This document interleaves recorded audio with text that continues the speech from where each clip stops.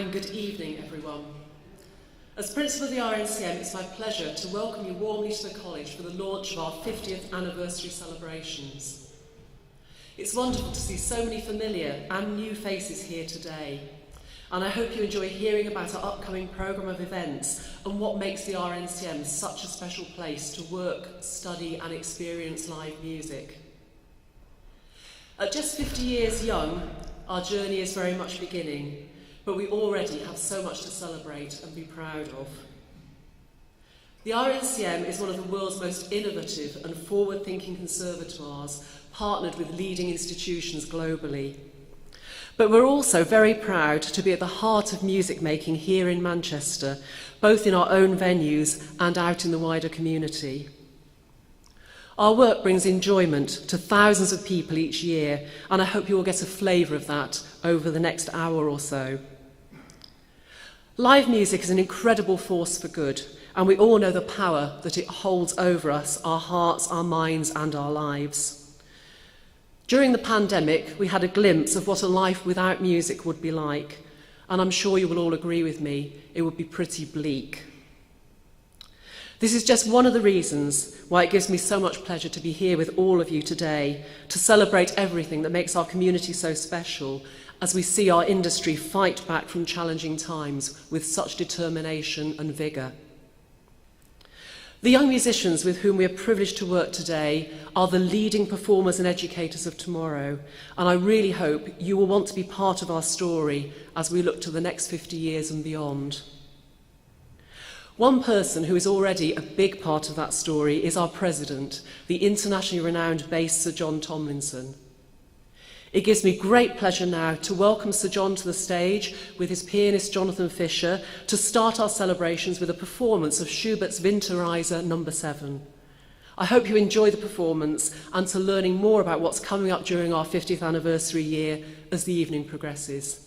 Thank you so much for being with us tonight.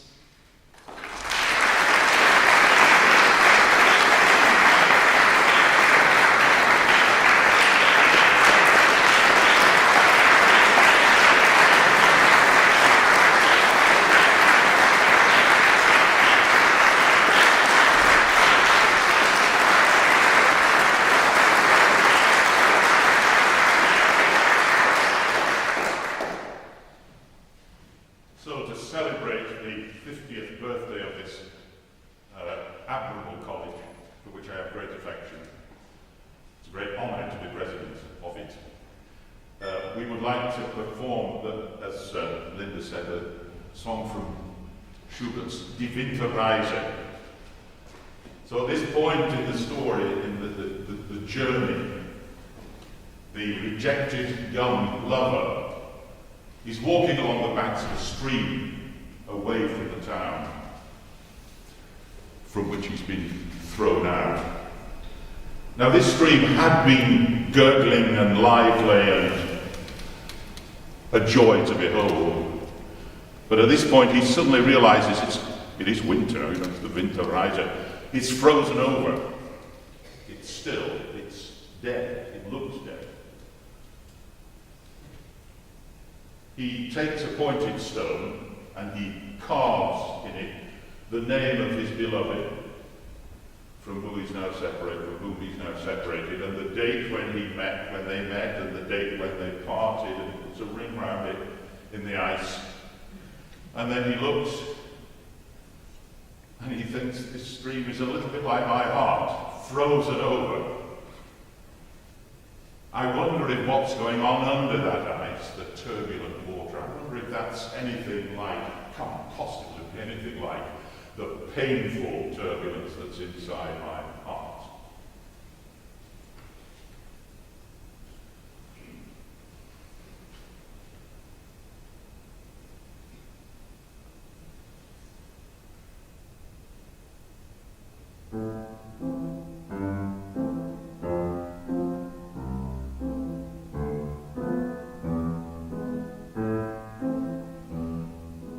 Der du so lustig rauschest, du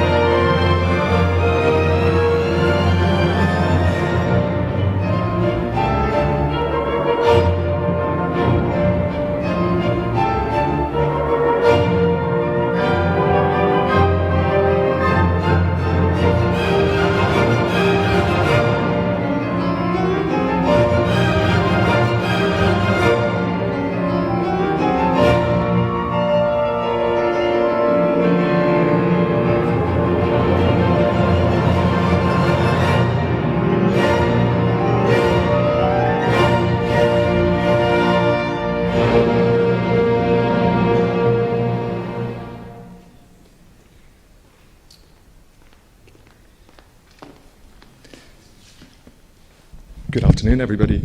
I'm just going to lift this up a little bit. Unlike Sir John Tomlinson, I don't quite have the projection power, so I'm going to use a microphone this afternoon. Very warm welcome. It's great to see so many familiar faces here. My name is Manus Carey. I oversee performance here at college. I've worked here for 5 years now, and it's just a little blip compared to the 50 years we're celebrating. And I have to say, still today, I feel constantly inspired by what goes on here, and it's an absolute pleasure, it's an absolute privilege to come and work in this amazing place. All of us here have had very different experiences of COVID and this period, and for us here, I'm sure many of you will know, we had to close this building to the public for 18 months. So we're very excited to be at a period now where we can start really inviting lots of public and our community back in.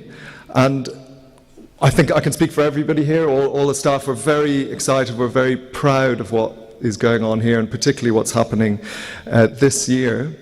For those of you who are a little bit less familiar with the RNCM, when this place was founded way back in the 1970s, it was founded obviously as a conservatoire, as a training ground, education institution, but also very much as a public performance venue as well. So this idea was very much to place public engagement and working and playing for and with a public central to the training here. So the idea was very much to showcase what our students do here alongside, within, and in partnership with some of the very best performers who are out working in the industry today. And I know I've seen quite a few around the building today. You'll be aware public performance is only really the tip of the iceberg about what we do here, but it's a very, very central part. Our performance program, it's a kind of a crazy feat of collaboration, really. Huge amount of people input into it, and it's all joined together with the determination, the grit of our amazing programming team here. We have close to 1,000 students here now from an amazing 60 countries, and our program here very much places them at the centre, as I say, working alongside some of the most imaginative, exciting musicians working in the profession, not to mention also younger musicians, amateur musicians, and also our community as well. We have loads of stories to tell. There's an awful lot that goes on here, and there's many ways to experience music as well. And what I wanted to do is just give you a very, very brief flavour of some of the things that go on here. And there's 4 areas in particular I just wanted to touch on.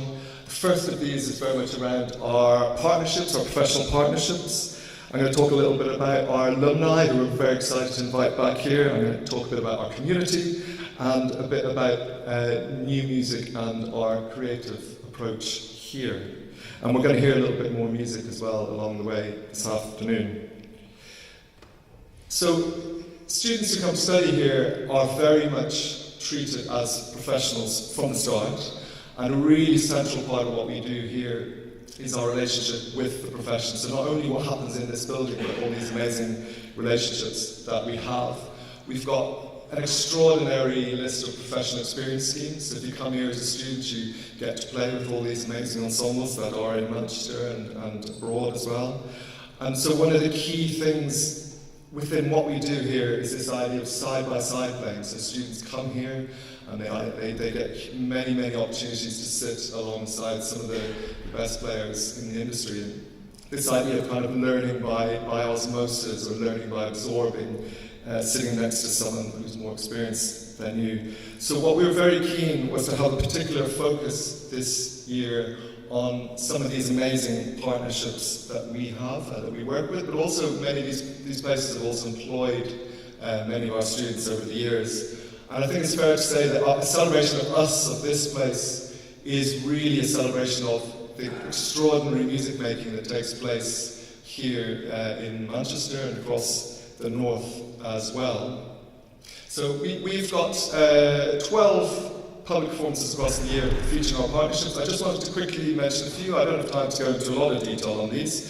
The first of these is Manchester Collective. Some of you may have caught their amazing performance on Friday night. They're here 3 times this year. They're here back in December with the amazing violinist Pekka Kusisto, and then they're coming as well to do a project with one of our alumni, actually, Alice Sawatsky, who's this extraordinary musical storyteller. BBC Philharmonic is another very strong relationship with us. They're going to be working with us on our Future Music Festival, which is this festival we have next month, which is very much about new music, it's about technology, it's about cross-genre working. And then in January, we're going to bus a whole load of our students over to Salford Quays, and they're going to work side by side in the studios at the Philharmonic. That's going to be our conductors, our composers, our instrumentalists, and they're going to get really kind of real life experience about what life is like working in studios. I wanted to mention Manchester Camerata as well. So we have this amazing history of Manchester Camerata. They're also celebrating 50 years this year, some of you may know. They, in fact, did one of their very first concerts in this hall just after it opened way back in 1973. And more than 80% of the orchestra is made up of students who came through here. So there's a very close relationship, and we're going to be having a joint birthday celebration on the 9th of December with them. I want to mention another wonderful relationship we have with this vocal ensemble in Norway, Edvard Grieg Corrine, who lots of our students have gone over there. We're inviting them over here in January to come and sing with our chamber choir, again in a side-by-side performance. We have Chamber Orchestra of Europe coming, and some of their players again in this project, which is very much about learning. I was thinking if there's some sort of conducting joke in there, but basically it's a project without any conductors, so they're slightly redundant for that project. And finally, I wanted to mention Opera North. As many of you will know, from the very start, opera has been absolutely central part of life here. And next June, on what I think is the exact day that this place officially had its launch, we're going to be doing a celebration again side by side with Opera North, and this is very much going to be dedicated to the founding principal of this institution, Sir John Mandrell, whose vision has done so much in the legacy of that which still carries on today. Now, I could keep talking about all these partnerships. We've got great relationships with the Halle, with the Liverpool Phil, with Safa, and also the Metropole Orchestra in the Netherlands. The main thing I wanted to just illustrate, I guess, is that both the history but also the future of this place at the RNCM is so intermingled with these amazing organisations that particularly are working across the north. Now, I'm going to pause for a second. We're going to have a little bit of music, and I'd like to give a very warm welcome to one of our vocal students, Olivia Tring, who's going to sing again with Jonathan Fisher. Thank you.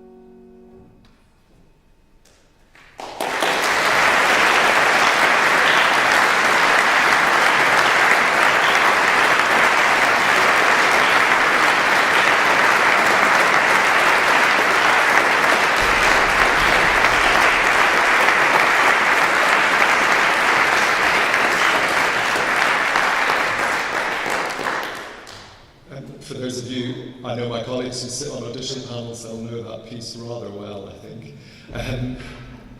We're incredibly proud of the breadth of alumni that come out of this college. And so one of the key things we're very much celebrating is our alumni this year. And a lot of our alumni are also staff here, so it's a sort of a joint celebration in many ways, as well as the other guest artists that we have. So we have 3 performing artists who are in residence this year, all alumni. Actually, I've mentioned Manchester Collective already. And the Elias Quartet are in residence. I'm sure many of you will be very familiar. We're going to hear from Donald actually shortly, who plays in the quartet. And again, there's going to be a great opportunity for our students here to play alongside the quartet, which is great for young string players. And then Stephen Huff as well. Again, I'm sure many of you will know Stephen. He's extraordinary, one of the most well-known pianists of his generation. He's a writer, he's a composer, and he's going to be appearing a number of times, and once with our singers as well in December. So we're going to have performances, masterclasses, collaborations, over 20 guest alumni, and these are an amazingly diverse range of different musicians. Just to mention a few, the cellist Abel Selachoy, who's really found his kind of niche, joining together his classical training with his South African heritage. We've got the wonderful pianist Stephen Osborne coming. We've got singers Elizabeth Llewellyn, Susan Keenlyside, and as well a duo who left here recently from our pop course, Piri and Tommy. We're really lucky to have a great list of staff teaching here, and many of them are out performing around the UK and Europe. And throughout this year, we'll have well over 30 performances with all our ensembles, collaborating with our staff here. So that's things like our jazz big band, our brass band, wind orchestra, our session orchestra, which is this amazing kind of flagship group where we bring together students who are on the classical side and the pop side. They come together. And then one of our most recent groups, which has goes by the amazing name of Miwoga, which basically stands for Make It Up As We Go Along, and it is exactly what it describes. There's one particular piece I want to mention, which we're particularly excited about doing. Our professor conducting here, Clark Rundell, who I'm sure many of you will know, he's going to conduct Leonard Bernstein's Mass. And if you don't know, it's this extraordinary piece commissioned by Jackie Kennedy for the opening of the Kennedy Center in the 70s.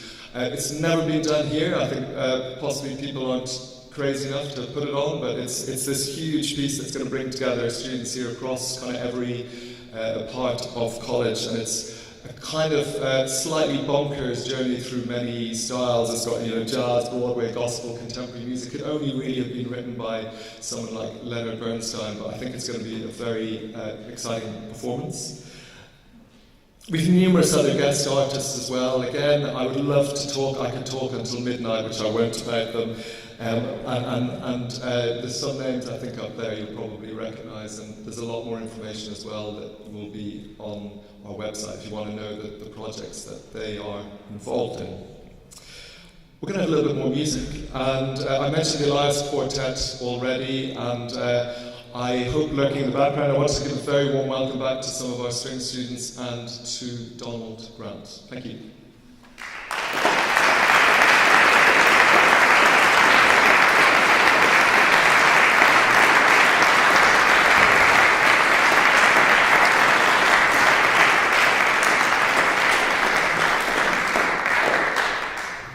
Good afternoon, everyone.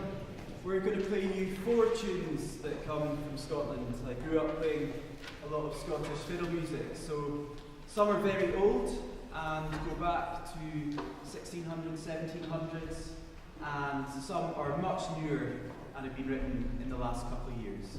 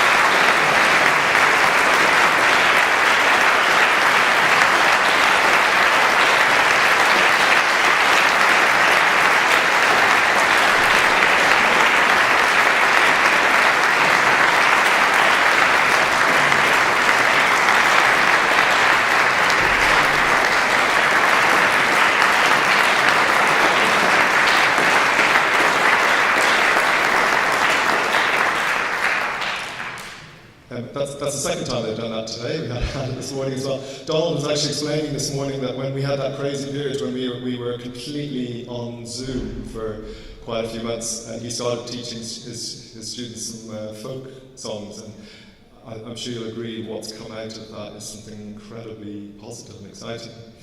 I want to touch now a little bit on the RNCM's relationship with our community and with young people, and I'm sure many of you in this room will be as concerned as we are about the challenges being faced by music education at present. And I think it's fair to say places like this that we know so well can often be quite alien and can often be not even on the radar, actually, of some young people in terms of their musical development. So for us, part of celebrating our 50th is not only to celebrate some of the great stuff we're doing, but really to think about how we can further develop our work in this area, particularly with our community and with our young musicians from all walks of life. And I just wanted to mention a few of the developments that are happening this year and share some of these with you. And just in case you aren't so familiar with our work in this area, just very quickly, our RNCM Engage work is made up of two interconnecting strands. So we have Engage Education, and that's very much about tackling the issue of the gap in music education for under 18s. And it's very much about trying to remove barriers as much as we can for young people to get involved in making music, whatever background they come from. And we want to very much ensure young people are firstly inspired to take up music, but then have the ability to develop, to continue what they want to do. And we do this by, we have a lot of free, subsidised lessons, workshops, mentoring support for thousands of young people here. Alongside that, we have Engaged Community, and that's very much about opening our doors, connecting with our community, and it's about giving our students here the kind of skills that they will need to understand how they can be of benefit for our community here. And a really key thing for us at the RNCM is to develop musicians who are really actively thinking about things like who the music is for, who they're engaging with, how they engage, not only on stage here, but also out in the community, and the impact their music making can have in many different ways. Again, I just want to give you a very quick snapshot of a few projects we've got coming up this year. We have the Family Day, which is very much about introducing families to what's going on here. We've got a Young Explorers series, which is about introducing young people to orchestral music.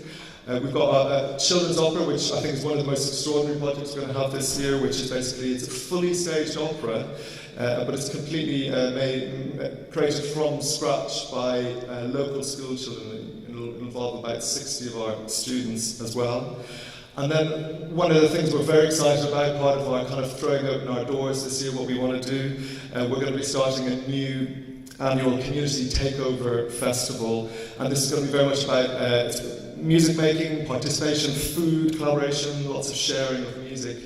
And it's very much about bringing what our students do here much closer to what happens out there on our doorstep. And it's part of a big weekender that we'll have at the end of this year of celebration. And it's very much about celebrating in many ways young people. Our community can also get involved in what's going on here. One of the things we're very excited to be launching this year is Young Artists. And this is very much to complement what our junior school and other projects are doing. This is a new program for teenage musicians, songwriters, producers who are working across the north, and they'll get access to all our kit here, and they're going to work in bands, creating, recording, collaborating together, and then distributing the music they create. And alongside this, we're also creating a youth council, because we think it's very important for us to really understand what young people need, what their interests are, and then how that can also impact how we're developing these programs here. So these projects are very, very dear to our heart. They're absolutely core to what we do here. And as part of this, I also want to mention we're launching our RNCM50 fund. And this is very much about raising financial support to secure secure and to further develop this kind of work into the future, which is absolutely critical. And what I'd like to do is just play a very short video explaining this.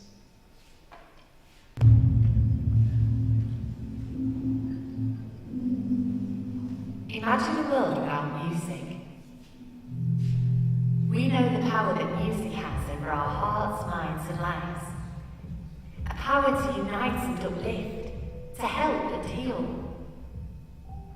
A world without music is an empty one. The RNCM50 Launch aims to secure the future of music.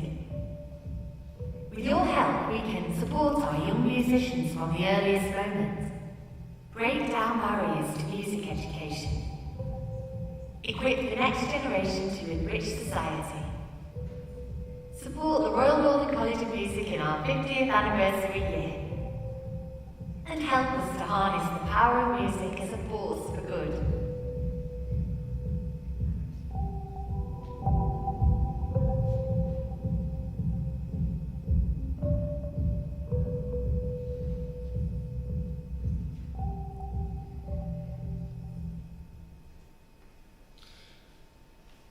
Music making, as we know, comes in so many different forms, and there's so many varied approaches, there's so many different voices out there. And one of the things that's really important for us here is that we give space for those voices within here. And last year, some of you may have attended, we had a very special, very moving event for one of our students, Lucy Hale, composition student, who very sadly passed away. And as part of the continuation of the legacy of that event, next spring we're going to be starting this Disability Awareness Week, and this is very much putting a focus on inclusivity, of it, looking at a very inclusive way to make music. There's going to be lots of different events, performances that week, and I just wanted to mention we're going to be working with this group called Formidability. You may possibly have heard of. They're one of the world's first opera companies that basically really place accessibility at the start, the foundation of the creative process. Alongside that, for many years we've had a group called Special Virtuosi, this extraordinary group who come in to use our spaces here as well, and they run a weekly inclusive music making series of workshops, and they're going to be taking part in this week. I think that's going to be quite a special week for us. We know as well, music can be very limited, it can be unattainable, it can be unavailable to many people, and I just wanted to quickly mention as well, we've got part of this year we're launching 2 new ticket schemes, one of which is Soundcheck, which is very much about us encouraging more 14 to 18-year-olds coming here, that sort of moment of inspiration that's so important for them to sort of to get access to what is happening here. And also, you know, we are at heart a very young institution with our students here, and we were very much looking at how we connect out with the tens and tens of thousands of other students who are in this city as well. You may be aware our RNCM students tend to pop up all over the place, all over the city in different guises, and our pop students, for example, they'll be appearing this year a lot to places like the Deaf Institute, Band on the Wall, 33 Oldham Street. That's where they do a lot of their weekly performances. Last June, some of you will be familiar with our gold medal, which is basically what we give to some of the top performers in college, and we ran the first ever gold medal for pop students here. And I'm really delighted the person we awarded this medal to is here with us and is about to come on and sing. And what I want to say, I mean, we were very, very blown away with all of the pop students who were part of the final for this, but particularly with Ruby. So please can give a very warm welcome to Ruby Hughes. Thank you.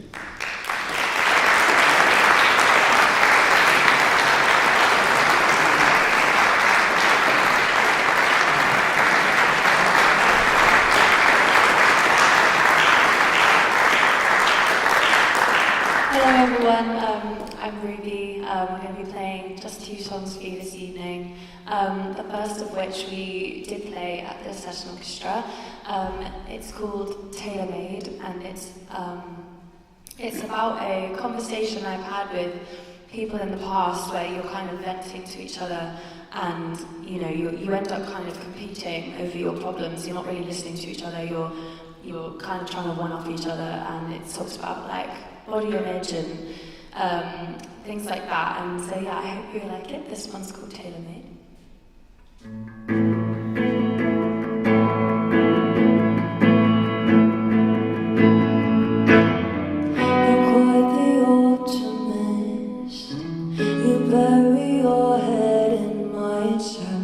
Describe a narcissist. He only cares about himself. I hear you stumbled back. Might as well just sit the neck. Ignore the side effects. He only cares about himself. Obsessed with perfection to the point of self-destruction. I'm so stuck inside my ways. I want a body tailor-made. It's not a competition, so I ain't complaining. Like there's no one who could have it worse. Jump in my mouth, thinking no, that it's not a competition. So won't you just listen? Don't say that you know how it is. I'll make my peace with these wasted tears. Oh yeah.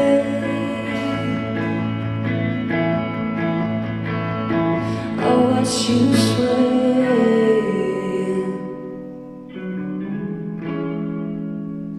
But it's not to the music, a habit you won't betray, and you just can't refuse it. Obsessed with perfection to the point of self-destruction. I'll stuff my face and cry for days about the incremental change to my way.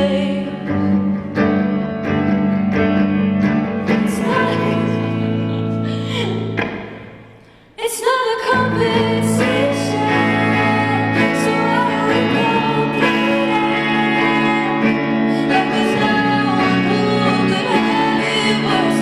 Jump in my mouth, like you know that it's not a competition. So won't you just listen? Don't say that you know how it is. I'll make my peace with these wasted tears. Oh,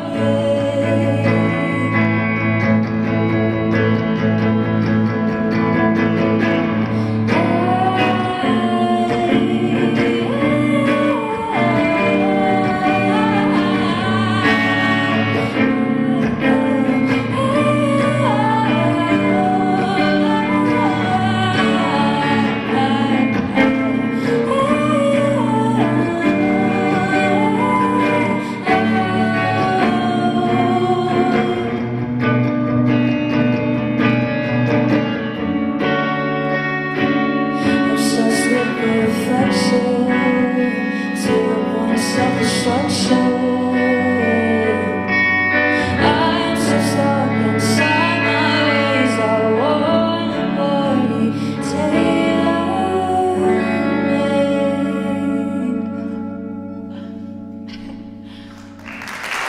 Yes.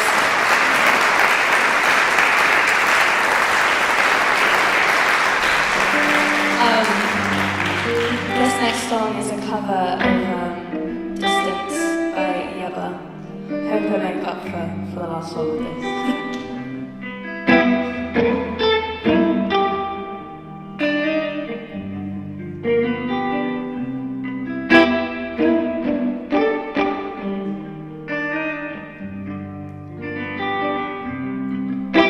Take me back to the distance.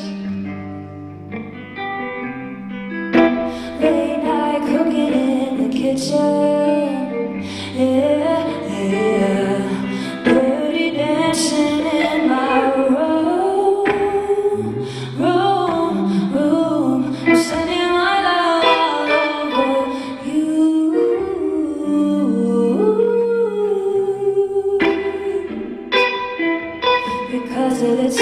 time we shared, time we lost in love with one another. Days we had paid the cost of losing these eyes so soon. I'll be sending my love all over you.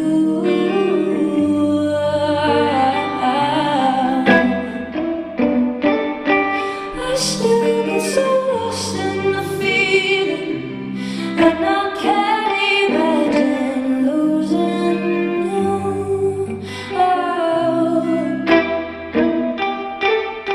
If your heart can find a new reason for someone special to hold on to, I wonder if I would do,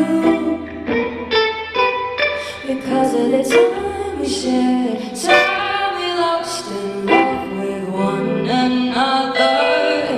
Days we had paid the cost of losing hearts, desires so soon. I'll be sending my love all over you.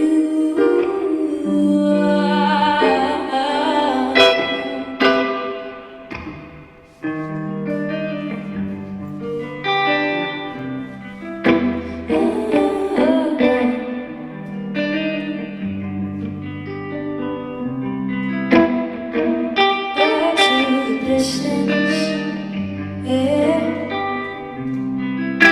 Late night cooking in the kitchen, oh yeah. Dirty dancing in my room. I love the things you do, and I'm sending all of my love to you.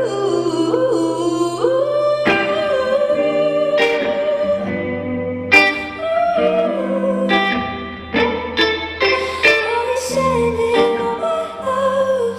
You were the only one that I've been dreaming of. It's true. I love the things you do. Sending all over, sending all my love. You were the only one that I've been dreaming of. It's true. I love the things you do.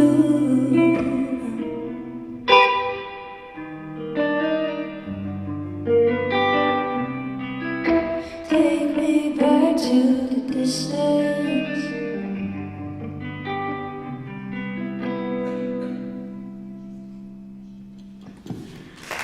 Thank you very much. Enjoy the rest of your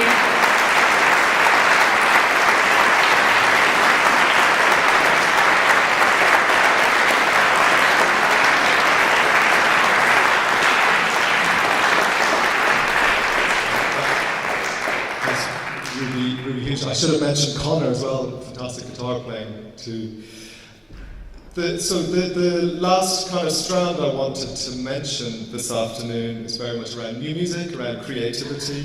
And for those of you, again, who maybe aren't so familiar with the RNCM, from the very start in the 1970s, new music, creation of new music, the support of new music has been an absolutely central part of what goes on here.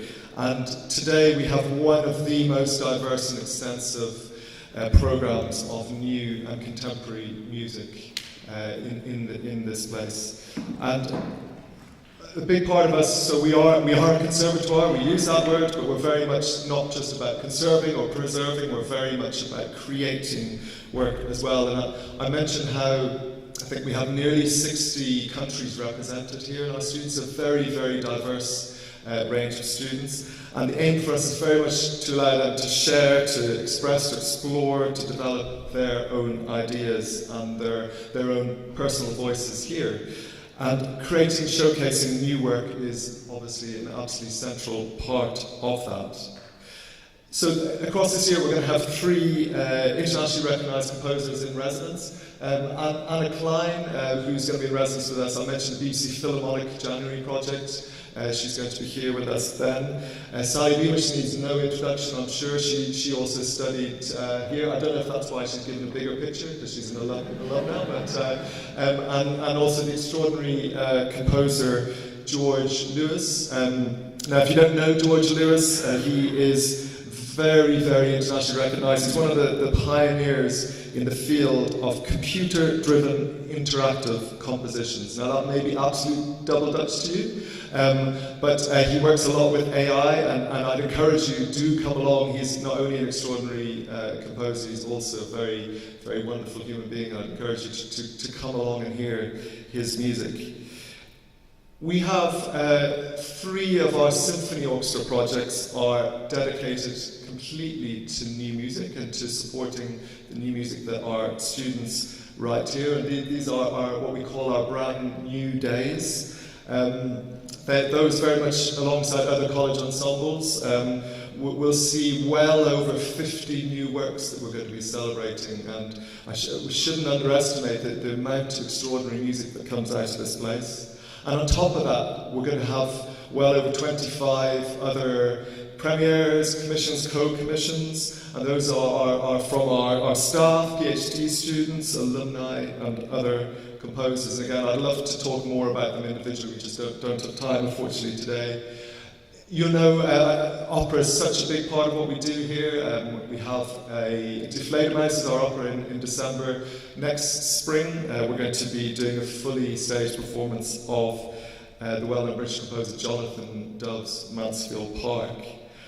The last sort of new music thing I wanted to mention, we have a big focus in May next year, which is called Made in Manchester. And this is an opportunity really for us to celebrate particularly the staff who work here, and the kind of breadth of music they make, and our students. It's a project we're also going to take some of that down to Wigmore Hall to show Londoners basically how it's done up here. You may not know as well, obviously, you know, we talk a lot about our performance, a lot about our teaching, but the sort of third leg of what we do here is very much around research, and many of our staff here are very recognised for the extraordinary work they're doing in this area, and often working in areas which is about creating change in the role of music and how music works in society. If you're not aware, every Wednesday here you can come and you can hear a talk by staff or guests around some fascinating things that they're working on, they're exploring. And just to mention a few areas around music, health and well-being, Parkinson's, youth and community music making, music and AI, as well as a lot of research that's going into Manchester's own music history. So it's a really, really broad range of interesting topics. You can come and hear those talks. We pride ourselves very much on educating not only interpreters, not interpretive musicians, but creative musicians as well. And we talk a lot about, today we're talking a lot about this idea of being like a lab and being a place where ideas can be developed that will influence what goes on in the future of the music profession. And we are 50, as you can see, but actually the most important thing is the next 50 years. And this is going to be very much defined by what our students are doing today and over the next few years. And it's not an exaggeration to say that their ideas are very much the future of the music profession. So it's very much important for us that we give students the space to explore their ideas publicly, to take the risks with their ideas, and to develop the kind of tools to develop their imagination so that they can not only create new things, but also rethink how older music is played and produced as well. And so throughout the year as well, we're going to have well over 50 performances here that are very much led, produced, created and programmed by our students too. The very last thing I just wanted to mention, one final new initiative we're starting, which for our 50th, is a festival which is called Original Voices. And the idea for this festival basically comes from the question, we know we've got this amazing legacy of extraordinary music that we know and love from the last few hundred years, and it's the question of how do you make this music relevant for the world that we live in today. And it's going to be very much about exploring new ways to program, to produce, to curate old music. It's going to feature, some of you will be aware of the amazing violinist Henning Kragerud, who's visited here quite a lot. He's an extraordinary creative mind. He's going to be doing a project with students around Bach Goldberg variations. It's going to feature also Cantos Chamber Choir. I know many of you will know it was founded by our wonderful alumna Ellie Slorak, who I think her mission is to kind of shake up choral music. And also it'll be an opportunity for our students to sort of embed their ideas, their project ideas in terms of where they see music going. The other group that will appear in this, who you heard at the very start of this evening, is our Arc Ensemble. And they're going to come back in a moment to play a little bit more music. So I'd like to draw to a close there, just to say a massive thank you to all of you for coming out. I've just scratched the surface. There is so much that goes on here. This is sort of a whistle-stop tour to everything we do, but I hope it's given you a little bit of an insight into the many things that go on here. Do come and chat to us outside, come and talk to me. You'll see staff have got the very trendy lanyards, 50th lanyards. Come if you want to know more about what's happening this year. We've got some specially branded cupcakes, and we've got some bubbly. Do come and join us outside, and I hope you'll be able to join us across the year for some of what's going on here, and keep kind of alert to. We'll be announcing more activity over the next couple of months, and I think in particular there's two very large-scale exciting projects we can't wait to tell you all about, which we're going to have next summer. And finally, please do spread the word. We're very proud of what happens here, we're very excited, and we want as many people to share it as possibly can. So thank you very much, and please give a very warm welcome to Rob Buckland and the Arc Ensemble. Thank you.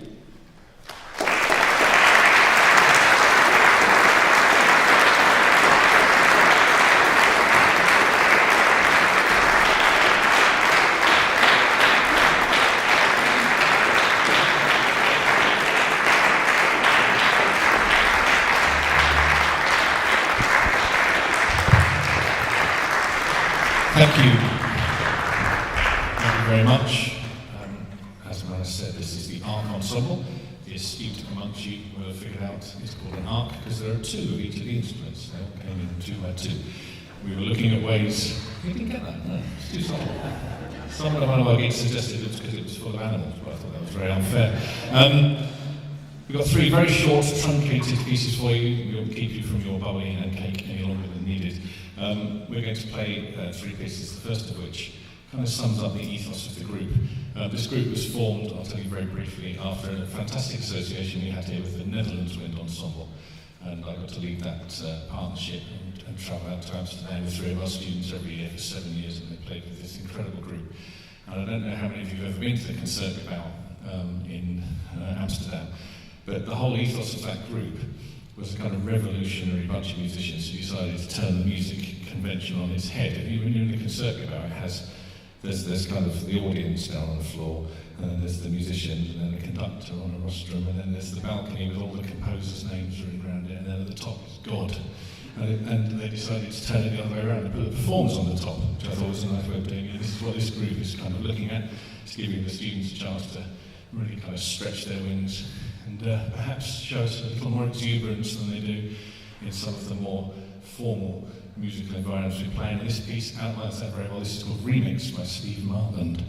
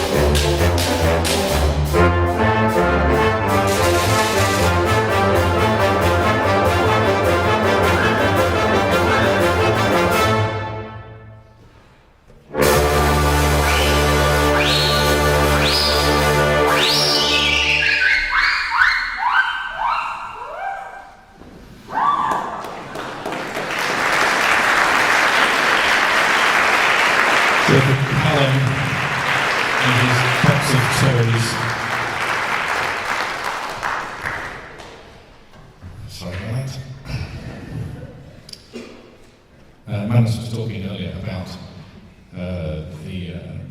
some of the themes this year, the recontextualizing of classical music, taking kind of a new way of looking at music and recontextualizing it for a modern musical environment. This is a little example of one of our attempts at doing that. This is a beautiful tune written almost 400 years ago by Henry Purcell. It's Dido's Lament from the opera Dido and Aeneas, and we've taken it into the 21st century and off on a little EasyJet weekend to Amsterdam to a jazz club. And we're going to see if this wonderful tune stands up to that great test that all tunes should stand up. If it's a good tune, you should be able to do anything to it. I think it works very well. We're going to feature John Kelly on some beautiful improvised jazz clarinet, and the trumpets are going to play some Doc Severinsen-inspired solos for us. This is Dido's Lament and Dido's Lament.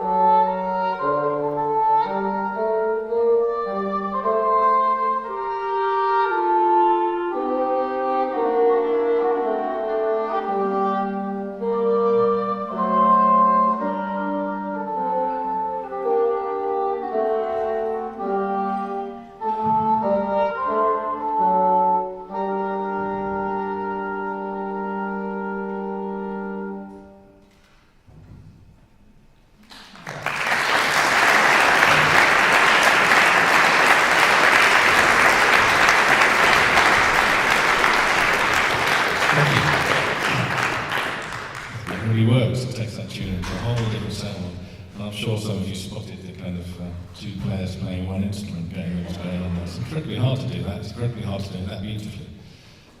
We did a concert in Nottingham Royal Concert Hall last year, like their late night concert series, and a couple of people came up to the audience and they particularly enjoyed the moment when all the musicians were hugging each other.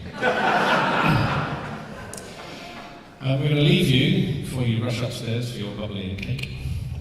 with a tune by Michael Nyman. This is called Knowing the Ropes from Drowning by Numbers. Thank you very much for being here, for your support. Thank you to the Romanas for asking us to play. It's a great pleasure to play for you. This is Knowing the Ropes.